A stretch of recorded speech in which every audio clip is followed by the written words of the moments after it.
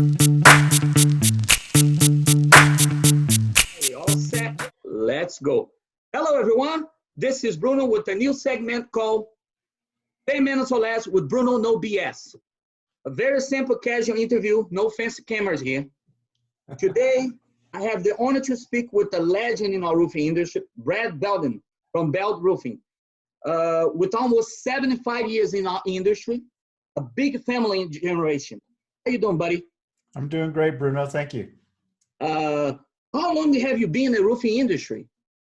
So me personally, almost 43 years.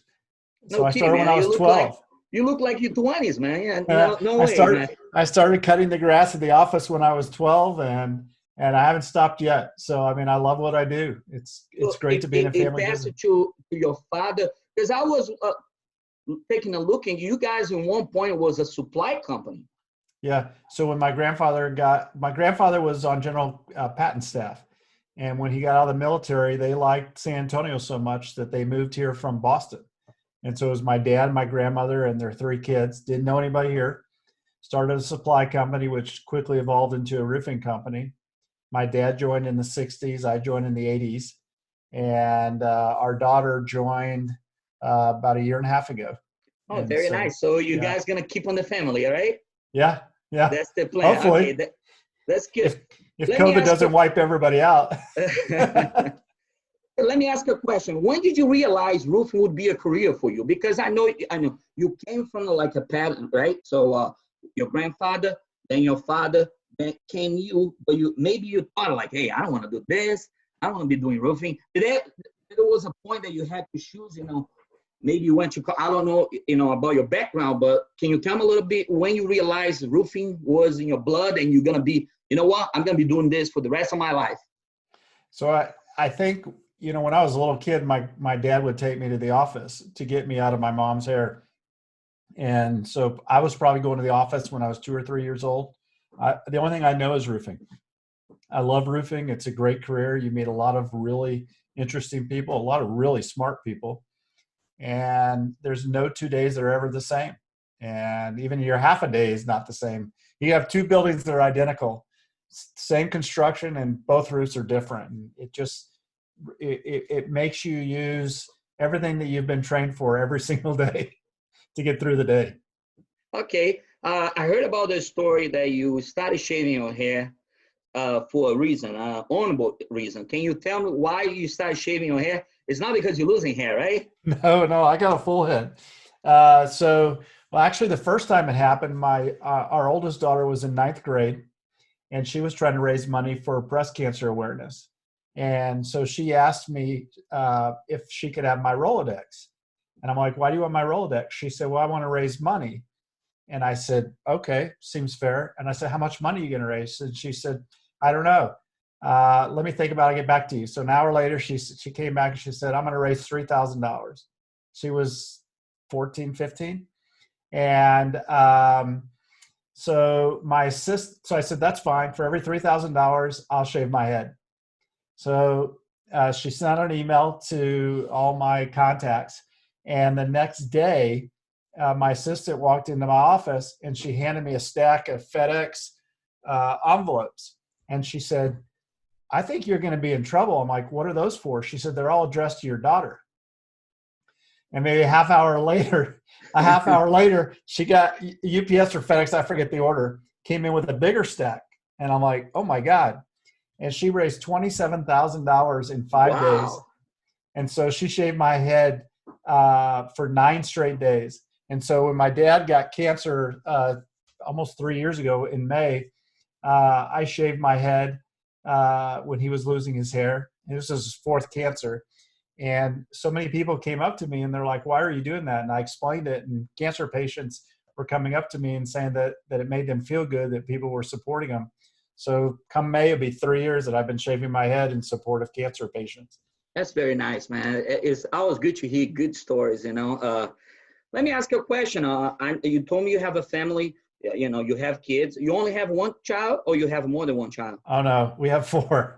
Okay, I have 4 kids too as well. So how hard it is to separate business with the family? Because, it sometimes is very hard for me, I'm sure it's hard for you too as well. I would love to say that I'm good at it, Bruno, but I'm pretty miserable. We both suck. I talk about business when I'm in bed, when I'm eating breakfast, when I'm eating dinner. I don't think it ever goes away. I mean, that is who I've become. I And I think think your wife is like my wife. They don't even listen anymore. They're like, okay, good. That's what happened. Bruno, we just celebrated 32 years. She hadn't been listening to me for 33 of them. Congratulations, buddy. So what do you see for the future of our roofing industry, to the new generation, like your daughter, for instance? I think that what we're going to see as a direct result of COVID is that we're going to have a workforce that doesn't necessarily come to the office anymore. And I think it can be remote. And I don't think that it's geographically concentrated in the market in which your business is. With right. so much technology in the marketplace, with aerial imagery and stuff like that, you can pretty much bid a project anywhere in the world as long as you know the makeup of the project. If you know the deck, the thickness of the roof, and what they're going back with, it's not that hard to do that anymore. And I think that you're going to find that the millennials are going to be looking for a type of employment where they come into the office when they want and they don't come into the office when they don't want. And I think it's a good positive change. And having them spend times with their family when they want to walk into the kitchen to get something to eat, I think that's positive. It makes them remember why they're working so hard. All right. Are you keeping up with technology as well? You're confident in yourself too, because for me, every time I buy an iPhone, 6 months later I got a new one, and I'm like, what the hell? It's so fast. It's just incredible. I've got my laptop. I've got screen 1, screen 2, my iPhone, and my iPad. There we go. You're all prepared, man. I feel like I'm at Command Central Station. There we go. Hey, I saw a comment you made for Brad Sutter. What's going on with you and Brad, man? Well, the Sutters, they just don't understand that there's only one college football team, and they're rooting for the wrong one. They're Mountaineer fans, but I can't help that. All right. Any message that you want to send to the people that are watching right now? My followers, people that listen to you, a big CEO from a big company, any message? It could be towards the coronavirus, anything you want to shoot out there? I have a simple philosophy on life, Bruno. It's that the only thing that we can control ourselves is integrity. Exactly. So we can make a lot of money. You can accumulate a ton of wealth, but situations like COVID-19 that you have no control over, you can lose all of it. You can eat well, you can exercise. COVID-19, you can get the virus and you can die. But the only thing that nobody can ever take away from you is your integrity. And exactly. So we've been telling our kids that since they were little. That's the only thing that you have complete control over in life. It's beautiful, and I agree with you. So tell me one last thing: who is the real Brad? What do you do when you're not roofing? Because I'm sure every time people talking with you is always about roofing. But what do you do for fun? Besides roofing. Don't tell me you roof on the weekend. Come on, man. So I play golf. Although our youngest child, she's a scratch golfer, so I can't play with her anymore. And I like to have fun on Jeeps. We go on a lot of Jeep excursions, and we really enjoy the off-roading and the thrill of the off-roading. And I think it kind of helps us at work because you get so wound up at work trying to be perfect and take care of the customer that off-roading experience lets you just let it all go. And it's funny because if you look at a lot of the roofers on Facebook and Instagram, a lot of us have Jeeps. Maybe it's the same reason. It's a good release. I don't have one, but maybe one day I will. You don't have hills in Florida, Bruno. Yeah, what are you going to do with it? I have alligators, So, anyways, hey, buddy, it was a pleasure talking to you.